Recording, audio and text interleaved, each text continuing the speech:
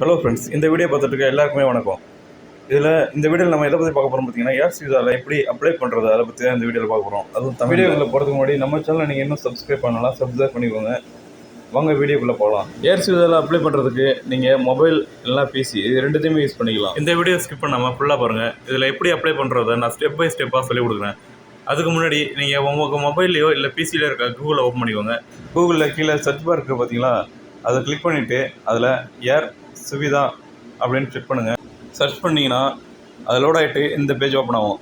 இதில் ஃபஸ்ட்டில் இருக்குது பாருங்கள், இதை கிளிக் பண்ணுங்கள். இதை கிளிக் பண்ணிங்கன்னா உங்களுக்கு லோட் ஆகி அடுத்த பேஜ், அதாவது மெயின் பேஜ் ஓப்பன் ஆகும். இதுதான் ஏர் சுவிதாவோட மெயின் பேஜ். இப்படி தான் இருக்கும். இந்த பேஜ் ஓப்பன் பண்ணிங்கன்னா ஃபஸ்ட்லேயே உங்களுக்கு எல்லா டீட்டெயிலும் இதில் கேட்டிருப்பாங்க. அதில் ஃபஸ்ட் டீட்டெயில் என்ன பார்த்தீங்கன்னா உங்களோட ஃபுல் நேம் அது கேட்டிருப்பாங்க. உங்களோட ஃபுல் நேம் என்னன்றதை அதில் டைப் பண்ணிக்கோங்க. பக்கத்துலேயே டேட் ஆஃப் பர்த் கேட்டிருப்பாங்க. அதில் டேட் ஆஃப் பர்த்தில் டேட், மந்த், இயர் மூணுத்தையும் செலக்ட் பண்ணிக்கோங்க. அடுத்ததாக உங்கள் ஜெண்டர், மேலா ஃபீமேலா, இதையும் கிளிக் பண்ணிக்கணும். அடுத்ததாக பார்த்தீங்கன்னா ஃப்ளைட் நம்பர், நீங்கள் போகிற அப்ளை டிக்கெட் எடுத்துருக்க ஃப்ளைட்டோட நம்பரை அதை என்டர் பண்ணணும். அதில் எக்ஸாம்பிள் கொடுத்துருப்பாங்க. அதுலேயே உங்களோட ஃப்ளைட் நம்பரை டிக்கெட்லேயே மென்ஷன் பண்ணிப்பாங்க. அந்த டிக்கெட்டில் இருக்க நம்பரை பார்த்து இதில் டைப் பண்ணிக்கணும். முக்கியமான விஷயம் என்னன்னு பார்த்தீங்கன்னா, இது ஏர் விசா அப்ளை பண்ணும்போது நீங்கள் எடுத்து வச்சுக்க டிக்கெட்டை கையிலே வச்சுருக்கணும். ஏன்னா இந்த ஏர் விசா அப்ளை பண்ணுறதுக்கு பார்த்து டீட்டெயில்ஸ் வந்து டிக்கெட்லேருந்து தான் கேட்டிருப்பாங்க. அடுத்ததாக பார்த்தீங்கன்னா சீட் நம்பர், இதுவும் உங்களோட டிக்கெட்லேயே மென்ஷன் ஆகிருக்கும். நீங்கள் உங்களோட சீட் நம்பரை அதில் என்டர் பண்ணிக்கோங்க. அடுத்ததாக பார்த்தீங்கன்னா பிஎன்ஆர் நம்பர், இது என்ன அப்படின்னு பார்த்தீங்கன்னா டிக்கெட்டோட புக்கிங் ரெஃபரன்ஸ் நம்பர். அதுதான் நம்ம பிஎன்ஆர் அதில் கேட்டிருப்பாங்க. இந்த நம்பர் வந்து உங்களுக்கு டிக்கெட்டோட மேலேயோ இல்லை கீழேயோ கொடுத்துருப்பாங்க. அதை பார்த்து நீங்கள் டைப் பண்ணிக்கோங்க. அடுத்ததாக உங்களோட நேஷ்னாலிட்டி, இந்த நேஷ்னாலிட்டி வந்து நம்மளுக்கு இந்தியன் கொடுத்துடணும். இதில் ஏன் நேஷ்னாலிட்டி கொடுத்துருக்காங்க பார்த்தீங்கன்னா, அதர் கண்ட்ரிலேருந்து வராங்களே அவங்களுக்காக இதை கொடுத்துருக்காங்க. அதனால் எந்த நாட்டை சேர்ந்தவங்க அப்படின்றத டைப் பண்ணிக்கணும். அடுத்ததாக பார்த்தீங்கன்னா பாஸ்போர்ட் நம்பர், இந்த பாஸ்போர்ட் நம்பர் வந்து பாஸ்போர்ட் திருப்பினீங்கனாலே பின்னாடியே இருக்கும். அதை ட்ரை பண்ணிக்கோங்க. அடுத்ததாக பக்கத்துலேயே வந்து பாஸ்போர்ட்டை ஸ்கேன் பண்ணி நீங்கள் அப்லோட் பண்ணுறதுக்கு ஒரு ஆப்ஷன் கொடுத்துருப்பாங்க. அப்லோடு ஃபைல் அப்படின்றத நீங்கள் கிளிக் பண்ணிங்கன்னா இந்த பேஜ் ஓப்பன் ஆகும். இதில் நீங்கள் எல்லாத்தையும் ஸ்கேன் பண்ணி வச்சுருப்பீங்களா, அதை செலக்ட் பண்ணி அப்லோடு கொடுத்துவாங்க. குறிப்பாக உங்களோட பாஸ்போர்ட் வந்து பிடிஎஃப்பில் இருக்கணும். இது வந்து பிஎன்ஜியில் இருந்தால் எடுத்துக்காது. அடுத்ததாக வந்து டேட் ஆஃப் அரைவலில் வந்து நீங்கள் இந்தியாவுக்கு போய் சேர்ற நாளில் எடுத்துக்கணும். அதை நீங்கள் டைப் பண்ணிக்கோங்க. இதில் டேட்டு, மந்த், இயர் அப்படின்னு. கண்ட்ரி ஆஃப் டெபரேச்சர், அடுத்தது நீங்கள் எந்த கண்ட்ரிலேருந்து புறப்படுறீங்க. நீங்கள் துபாயிலேருந்து புறப்பட்டீங்கன்னா துபாய், சவுதியிலேருந்து புறப்பட்டா சவுதி, எந்த கண்ட்ரிலேருந்து புறப்படுறீங்க அப்படின்றத இதில் நீங்கள் செலக்ட் பண்ணிக்கோங்க. அடுத்ததாக பாருங்கள், are you taking A connecting domestic flight. நீங்கள் வந்து ஒரு டொமஸ்டிக் ஃப்ளைட்டை எடுத்துக்கிட்டிங்கன்னா அதில் எஸ் கொடுக்கணும். நீங்கள் எந்த ஒரு கனெக்டிங் ஃப்ளைட்டும் இல்லை, நான் டேரெக்டாக இந்தியாவுக்கு போகிற ஃப்ளைட் எடுத்துருக்கேன் அப்படின்னா நீங்கள் நோ கொடுத்துக்கலாம். அடுத்த ஆப்ஷன் என்னன்னு பார்த்தீங்கன்னா அப்லோடு வேக்சினேஷன் சர்டிஃபிகேட். உங்களோட வேக்சின் சர்டிஃபிகேட்டையும் நீங்கள் இதில் அப்லோட் பண்ண வேண்டியதாக இருக்கும். அதாவது எப்படின்னா இதையும் வந்து பிடிஎஃபாக கன்வெர்ட் பண்ணி வச்சுருப்பீங்க. ஆல்ரெடி நீங்கள் டவுன்லோட் பண்ணும்போது பிடிஎஃப் கொடுத்துருப்பாங்க.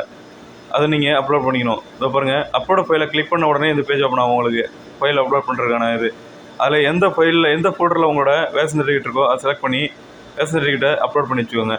அடுத்ததாக பாருங்கள், லொக்கேஷன் ஆஃப் ஃபைனல் டோஸ். உங்களோட கடைசி டோஸை நீங்கள் எந்த இடத்துல போட்டிங்களோ அந்த இடத்த செலக்ட் பண்ணிக்கோங்க. தமாம்லேயோ ரியாத்லேயோ எந்த இடத்துல உங்களோட ஃபைனல் டோஸ் போட்டிங்களோ அந்த இடத்த செலக்ட் பண்ணிக்கிட்டு அப்லோட் கொடுத்துக்கோங்க. இதை கிளிக் பண்ணிங்கன்னா உங்களுக்கு லொக்கேஷன் காட்டும் எந்த இடம்ட்டு. குறிப்பாக நீங்கள் இதில் வந்து கடைசி டோஸ் எங்கே போட்டிங்களோ அந்த இடம் தான் போடணும், பார்த்துக்கோங்க.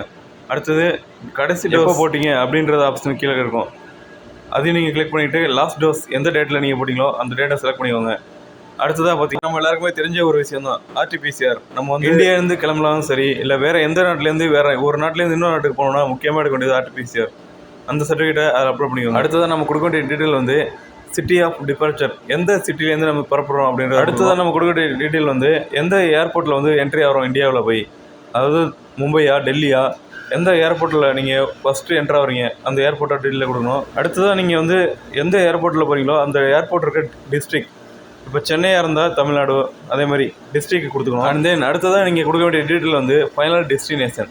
நீங்கள் உங்களோட வீட்டு நம்பரை, ஃபைனலாக உங்கள் வீட்டுக்கு தான் போவீங்க, அந்த வீட்டு நம்பரை இல்லை ஃப்ளாட் நம்பர் ரெண்டுத்தில் ஏதாச்சும் ஒரு நம்பரை வந்து செலக்ட் பண்ணிக்கணும். அடுத்ததாக வந்து ஃபைனல் டெஸ்டினேஷன் ஸ்ட்ரீட், அதாவது உங்கள் தெருவு பேர், உங்கள் தெருவு பேர் எல்லாம் கிராமமாக இருந்தால் உங்கள் கிராமத்து பேர், அதை நீங்கள் அதில் கொடுக்கணும். அடுத்த டீட்டெயில் என்னென்னு பார்த்தீங்கன்னா உங்களோட தாலுக்கா, எந்த தாலுக்கா, உங்கள் ஊர் இருக்க தாலுக்காவோட நேம் அதில் கொடுக்கணும். அடுத்ததாக பார்த்தீங்கன்னா உங்களோட நீங்கள் உங்கள் வீடு இருக்க மாநிலம், எந்த மாநிலமோ அந்த மாநிலத்தையோ இல்லை யூனியன் பிரதேசமோ ரெண்டுத்தில் ஏதாச்சும் ஒரு இதை நீங்கள் செலக்ட் பண்ணிக்கணும். ஃபைனல் டெஸ்டினேஷன் ஆஃப் டிஸ்ட்ரிக்ட், இதில் நீங்கள் உங்கள் டிஸ்ட்ரிக்ட் எந்த மாவட்டமோ அந்த இதை செலக்ட் பண்ணிக்கணும். அடுத்ததாக பார்த்தீங்கன்னா ஃபைனல் டெஸ்டினேஷன் பின்கோடு, உங்களோட ஏரியா பின்கோடு அதில் நீங்கள் செலக்ட் பண்ணிக்கோங்க. அடுத்தது உங்களோட இந்தியாவில் இருக்க மொபைல் நம்பர் அதை நீங்கள் கொடுத்துக்கணும்.